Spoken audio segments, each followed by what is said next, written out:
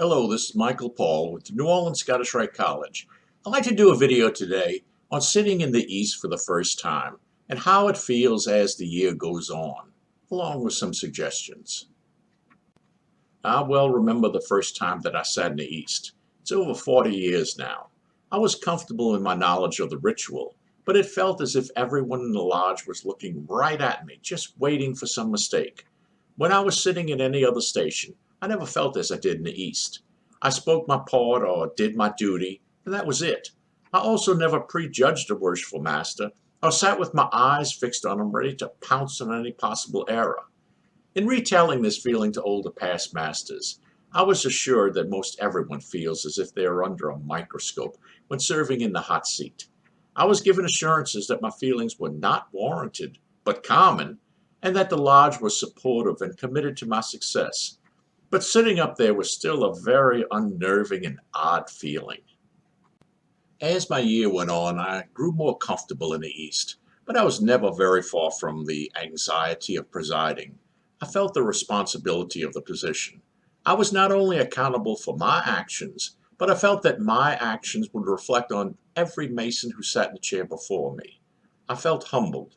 I knew that I would either preside in a manner to bring honor to the stations and those before me, or I would not. I wanted to preside well. I saw many others presiding in lodges and other Masonic bodies. It was always the same. You could see the pressure in their eyes. They were aware that what they were doing was either worthy or unworthy of the chair they were sitting in. Yes, I've seen some who were clearly unworthy of their office. Their unworthiness was recognized by all who saw them in action, but they were not many. Most cared about their actions and wanted to do well. Over the years, I've seen many presiding officers in many bodies. The most valuable ones know that they hold their office not only when they're sitting in their chair, but 24 hours a day. What they say and do, even far away from the body over which they preside, reflects on that body. They are the presiding officer, no matter if they are actually presiding or not. In a world today where we see so much attention on personal rights, it should be made clear that rights and responsibilities go hand in hand. A presiding officer needs to understand that just because he can do something does not mean that he always should do it. How any Mason, especially one in leadership, acts outside of Masonry will often be understood by non-Masons as the nature of Freemasonry. We should try to be one who is respected inside and outside of Masonry. If you are in line to be Worshipful Master or the presiding officer of any Masonic body, please keep a few things in mind. First and foremost, learn the ritual work that is needed for the office and dress accordingly. A Worshipful Master who does not know his ritual or is dressed like he just came to lodge from working outside will project an attitude of not caring. If you don't care, they won't care.